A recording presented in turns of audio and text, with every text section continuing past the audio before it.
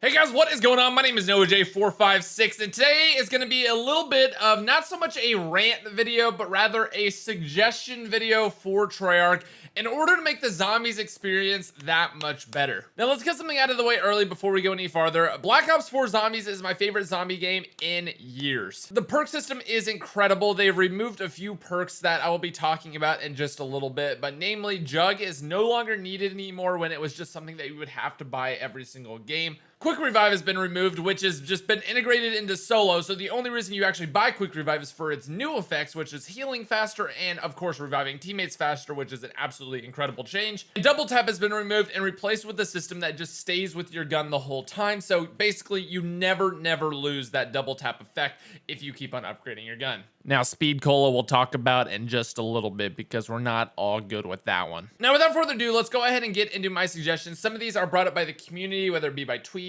Reddit threads, basically anything that kind of discusses the state of the game and things that people like changed. And some of these are just personal things that after, what is it?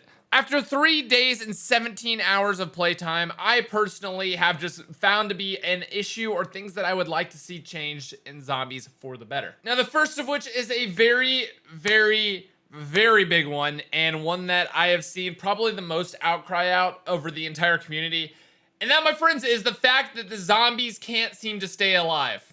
I believe someone did testing, and if you just get down to the last zombie, completely undamaged zombie, you don't even crawl it or anything like that, I think it starts a 5-minute timer, if that after 5 minutes, this zombie is just going to randomly fall over and bleed out and die. No way to stop it, no way to keep the zombie alive, it just dies after 5 minutes of being run around the map. Now, the main problem with this is that not every single person who plays this game plays it on solo, which is also another point that we're going to be talking about in just a second. On solo, say you wanted to do the Blood of the Dead Easter egg solo. You boot up NoahJ456's guide, you start watching it through, and you get to a step you don't quite understand. You need to actually watch the entire video, watch the entire step, figure out how it works, and then go back and actually replicate this in your game. On solo, you can pause the game, just watch the video, see how that works out, and that's perfectly fine because you have the game paused. But if you are playing with more than one player and cannot pause, basically, the time that it takes you to watch the video, figure out what's going on for the next step, the zombie's already dead and you have to go another round. And on the other side of that, people who already know how to do the Easter egg, the bleed out timer is still far too short to do some of these complex steps like the power step in Blood of the Dead. Getting the power, doing the Simon Says, getting the symbols, taking the symbols to the other side of the facility, plugging those into some computers, and then going to blast a ghost that doesn't even work properly or how it did upon launch anymore. Which is yet another point we're going to bring up in just a second. Now, the reason I believe Treyarch has made this change from Black Ops 3 so drastic, Black Ops 3 had a bleed out, but it was like very random, and only then it would bleed out after like a good 10 or 20 minutes of running the zombie round. I don't know what the exact timer was. It wasn't ever a problem Black Ops 3 to run a zombie around the entire map. But the main reason I believe they did this in Black Ops 4 is that everything in your inventory is on a timer. Your monkey bombs are on a timer. Your dying wish is on a timer, which is a perk that can literally save your life. It's probably the most powerful perk that you can have in this game. And it's on a timer like every 10 minutes or so. It refreshes and allows you to basically survive another down. Basically, I don't think Treyarch just wants you standing there and running one zombie around in a circle waiting for all your stuff to recharge after every round if you're not a confident zombies player. Now, Treyarch knows people would do this and they would bore themselves. Even if they are inflicting it on themselves, they would bore themselves trying to keep themselves alive if they're not a very good zombies player and they just want to make sure they have all of the equipment necessary every single round. So I totally understand why they put in the change this way, but there's another way to do this that basically would not involve the zombie just randomly bleeding out after 5 minutes. Basically, my idea for Treyarch, and you guys can let me know about this idea, is that after you get through the round and you're at the last horde of zombies, so there's no more zombie respawns, this is basically, you're just whittling it down from 24 to 1 zombie to end the round. Basically, once you get to this point in the round, your dying wish, your monkey bombs, your homunculus, whatever you have that is on a timer and super powerful is going to turn yellow. And basically, when that turns yellow, it means that it is going to keep recharging as normal, but it's only going to recharge for the next 5 minutes. Basically, after this little yellow bar stops, it is going to stop recharging. The icons are going to turn red, and you no longer are going to get any more recharge for that current round. You have to go to the next round to do it, because as it is now, you can still recharge these items. You can still just basically run around in circles, but basically you just don't kill any zombies. So the way people were Easter egg hunting, the way we had to Easter egg hunt, is that we would get one person on our team to run the entire horde of zombies in a circle. Instead of just training one zombie and babysitting one zombie, you just babysit the entire horde of zombies. So everyone groups up, you all run into circle, and then the other 2 or 3 split off and go solve the Easter egg. The other one just keeps running an entire horde of zombies around a circle. So you can still get the same effect of an infinite round. These rounds would last for like an hour to 2 hours, so it really did work to have you basically running around in circle with an entire horde of zombies.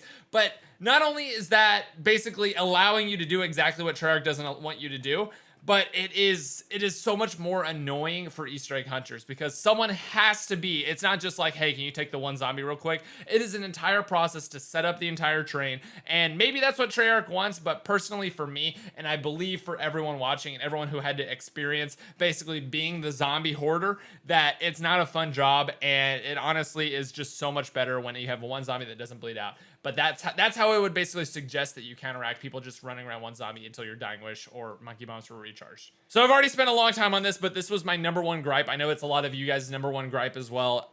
Just, even if they made the timer longer, man, even if they made it a 15-minute timer or a 20-minute timer, I would be perfectly fine with that. But how it is now, it is just not fun to deal with constantly respawning zombie runs, especially when so many of the Easter eggs just have round burns. So a lot of these times when the zombie bleeds out in the middle of an Easter egg step, you have to go through another 20-minute round just to get to the end of the round and just to go ahead and start doing the Easter egg again. So it's not really good for casual players. It's not really fun for hardcore zombie hunters. It's just not a good system all around.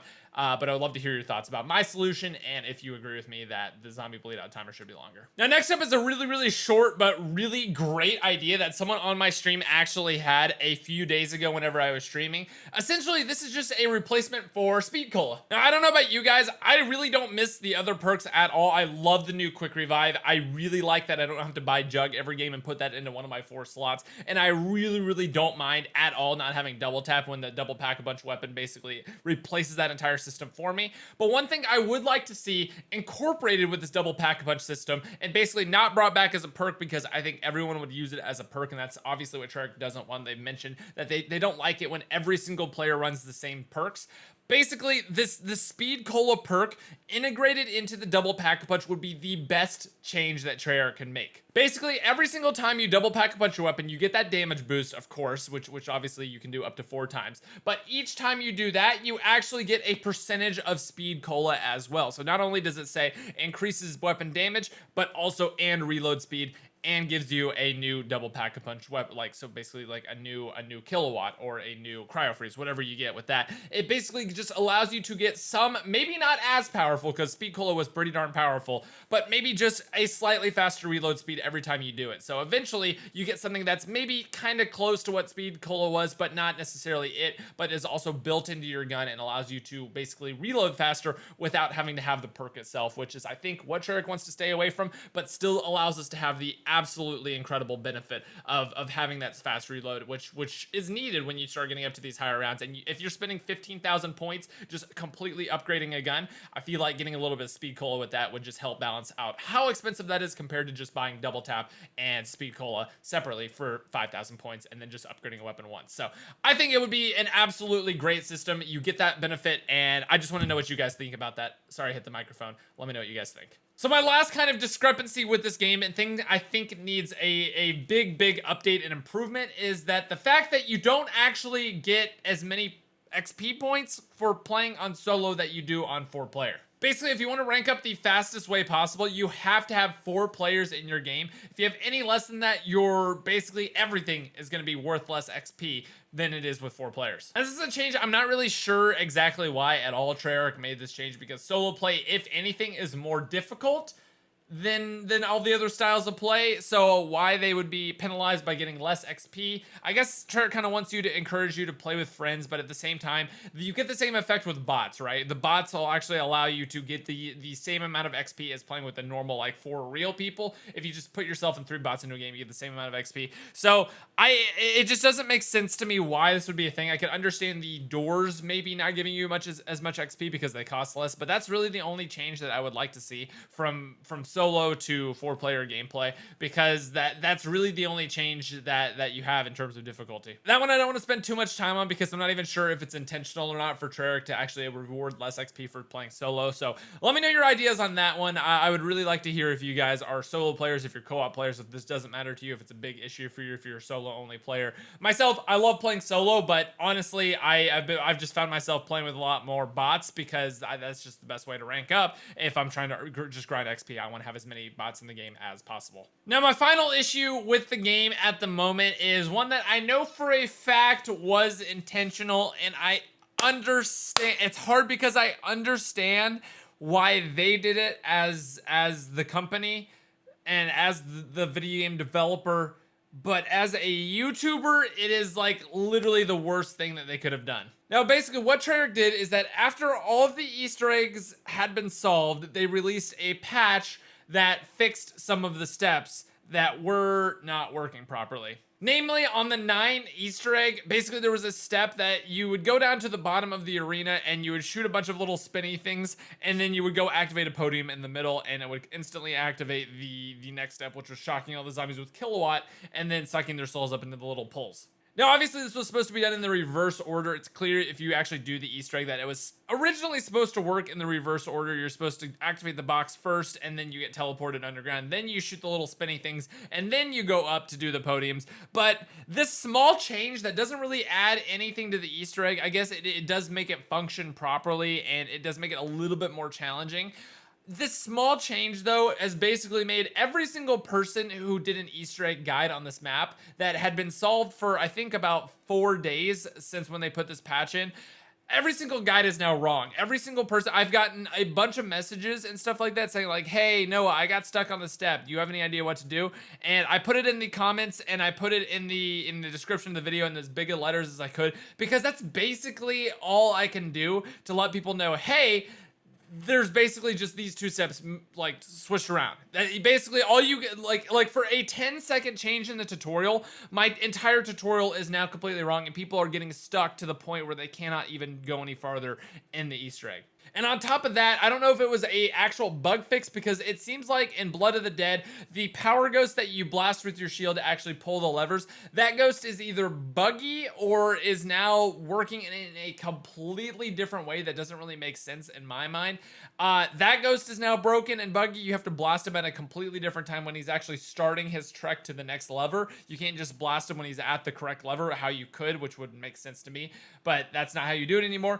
And then the other ghost, the ghost that goes to go stab the other ghost with the key, basically that ghost no longer works properly either, in which it'll stay visible sometimes, and I don't know if that's a bug either, but it'll stay visible when it's not supposed to, and that basically has now made it so everybody who tries that step and sees that he's visible now thinks it's wrong. I did that the first time I did the Easter egg after the patch, because I literally had no idea that they made that change. So while technically, at least with the 9 Easter egg change, this was very clearly on purpose, and the step now makes more sense and is now working as they intended it to, I don't think it's worth Treyarch basically saying, okay, every single person's Easter egg guide is now wrong because we messed up this step when we launched the game, and hey, we're gonna change it so it works how it's supposed to. But now basically, like, you have to ask, hey, are you on the right patch? Milo talked about this in his video.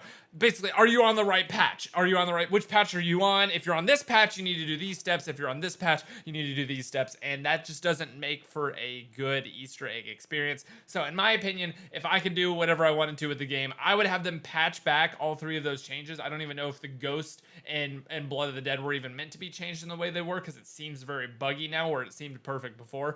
But definitely for the 9th step, I would change it back to how it was before the update, and change it back and make it basically so either way works. Whichever one you want to do works in that order. But it just, I really hope they don't do this again, and if they decide to keep it this way, make this the only change that you ever do to the Easter egg post launch of the map and post when everyone's tutorials are out.